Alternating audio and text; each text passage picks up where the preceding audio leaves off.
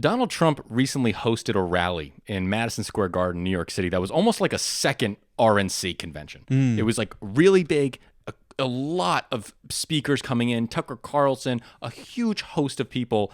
It also turned out to be one of the most racist, misogynist, vitriolic campaign events we've seen in recent American politics. Politically threatening, for sure.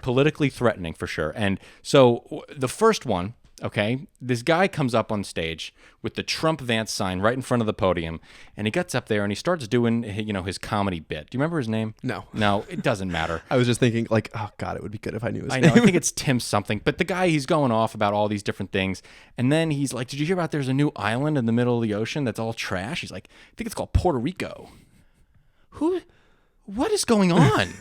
Like, my jaw hit the floor when I heard this. And it's like, the crowd was almost silent. Yeah. The crowd didn't like it. The crowd was almost displeased. They groaned. They groaned. Sure. They were like, that's actually pretty messed up. Oh, okay. And then he's like, oh, you guys didn't really like that one. Then he's going off and he points to a guy in the crowd. It was a black man. And he's like, we just came from a Halloween party and we were carving watermelons.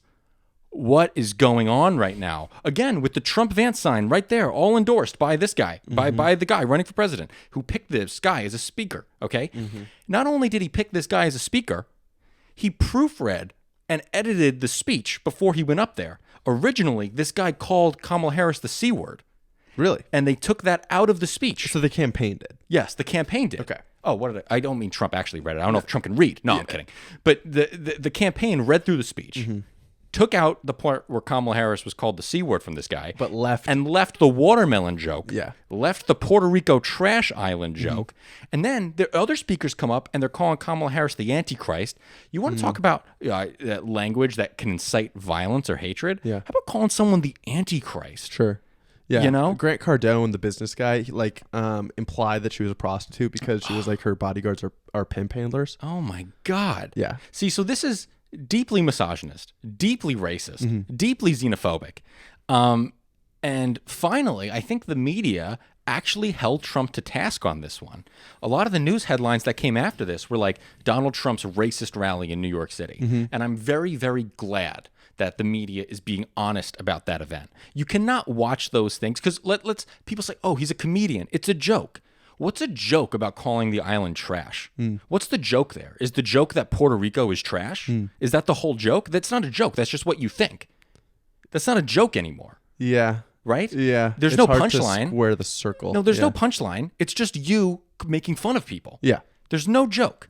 So it was deeply insulting to me. I was pissed. A lot of people are pissed. I hope that the Puerto Rican community sees through this and realize the company that is being kept with the Trump administration. Afterwards, like Bad Bunny and other major Puerto Rican celebrities came out and posted it on their social media feeds. They were like, this is ridiculous. We have to show them that we're not okay with this kind of treatment on November 5th.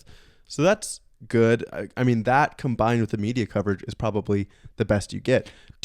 Could this move the needle at all, do you think? I don't know. I mean, there's 500,000 Puerto Ricans in Pennsylvania. Okay. If Puerto Ricans get energized by this, which I hope they would, because Trump, this is what I think is very important. Trump and his cronies, they will make you think that you are in the in-group. Yes. For as long as it takes for them to take power. Yes. They will think that you are on their team for as long as it takes for them to get the reins again. And the second they get the reins, that circle's going to get a little bit smaller and a little bit smaller and a little bit smaller until one day you're not in the in-group anymore. It's the classic line of first they came for the communists. I didn't say anything because I wasn't a communist. Then they came for the unionists. I didn't say anything because I wasn't a unionist. And then they came for the Jews and no one was left to speak for me. Right? So it all it's that type of mindset here, okay? And it frustrates me that I think we've I know we disagree on this. I think that the media let Trump's campaign go on for too long without calling him these racist, xenophobic attacks. And I know you don't agree with that. Well, what I don't agree, I just feel like this kind of coverage is what we've had. Like the way they've covered this is how they've been covering him otherwise. Like, okay. And I don't know. Maybe I'm wrong, but it's hard because there's not real data on this. Like, right. There's no data for me to prove my point. It's all vibes. Anecdotal. Yeah. One thing I want to talk about this is on CNN last night. Okay, Mehdi Hassan, who is a big Palestinian rights, he's very in support of a Palestinian freedom movement. He went on CNN and he's talking about how this is basically a Nazi rally, and he's framing it in the way that Madison Square Garden, 1939, was the largest Nazi rally in United States history, and he's saying how this is like a parallel to that, and like the people around Trump, even if Trump doesn't know it, the people around Trump probably know it. Sure. And they're making this callback, okay? Yes. And so he's calling it a Nazi rally, and one of the Republicans on the panel says something along the lines of, "But you're pro-Palestinian. That makes you basically a Nazi too, right? Because you want to kill Jews." And he's like, "No, no, no." And he's like, "Well, I hope your pager doesn't go off," implying that his beeper is going to explode on his side, because that's what Israel did to a bunch of Hamas fighters. So basically, he called this Palestinian guy Hamas directly to his face and joked about his death on live TV.